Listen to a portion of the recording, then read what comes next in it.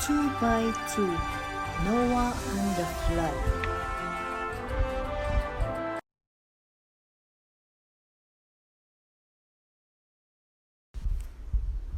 The earth filled up with people, but they sinned so much that God was sorry He had made them.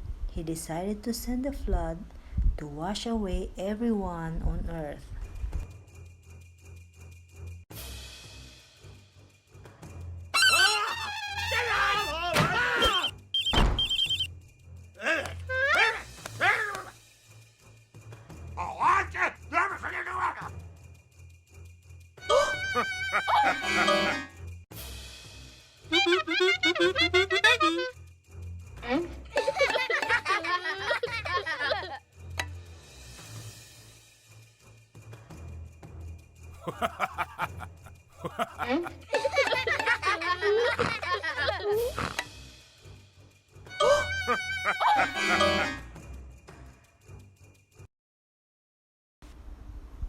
There was a man named Noah who wasn't like the others.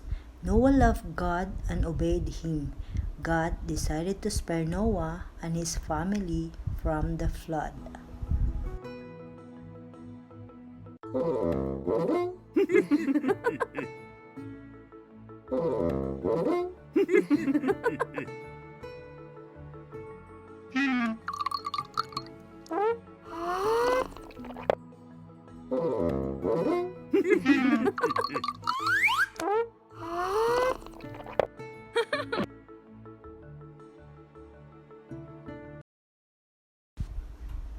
God warned Noah about the flood. He told him to build an enormous boat with a low roof, 3 decks, a window, and a door. In obedience, Noah built it.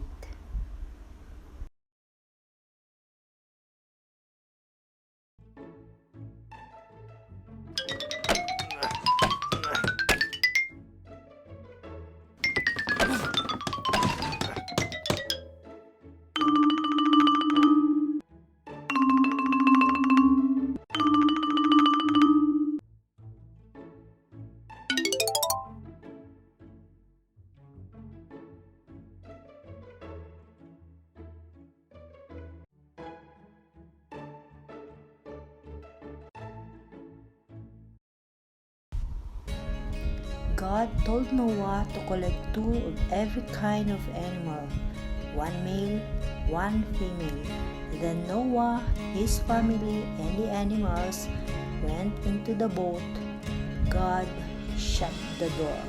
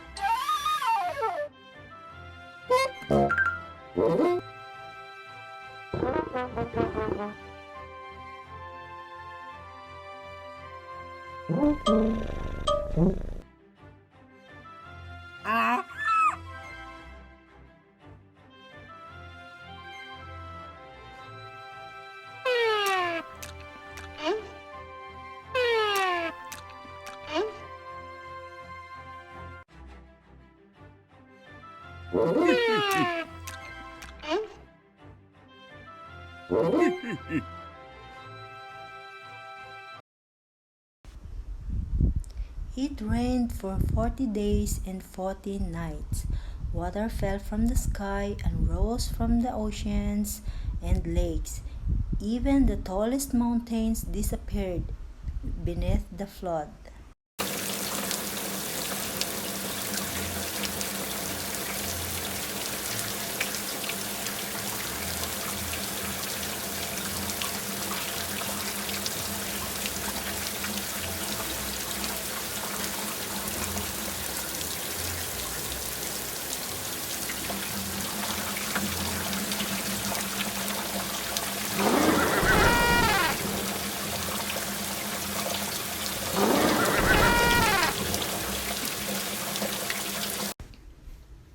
Meanwhile, Noah His family and all the animals were safe on the boat. Floating on the floodwaters, God had not forgotten about Noah, not even for a moment.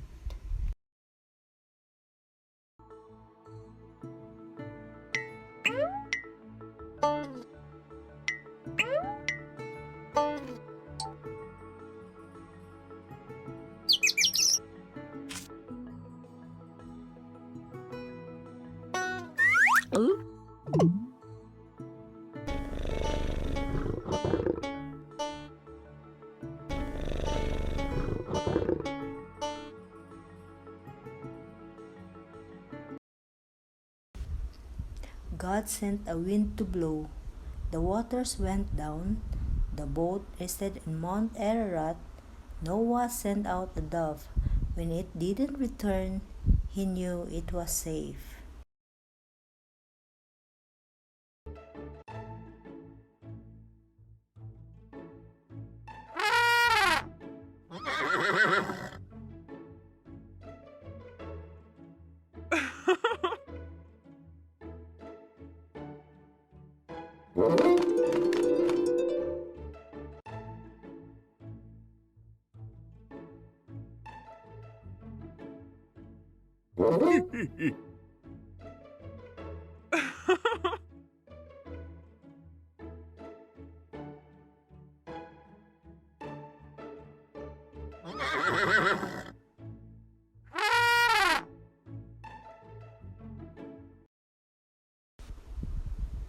When the ground was dry, God told them to come out. He put a rainbow in the sky as a promise that he would never flood the whole earth again.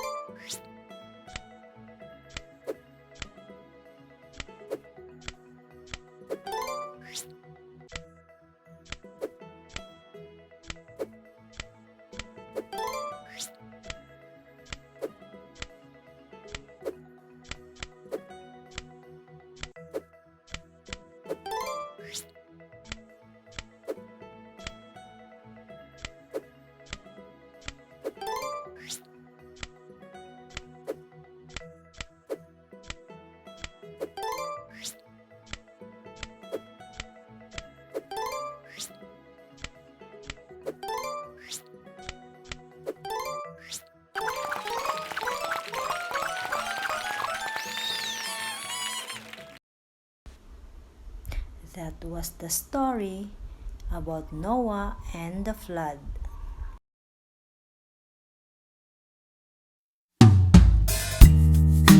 Deep in the shadows, I know it's hard to put one foot in front of the other. So far is the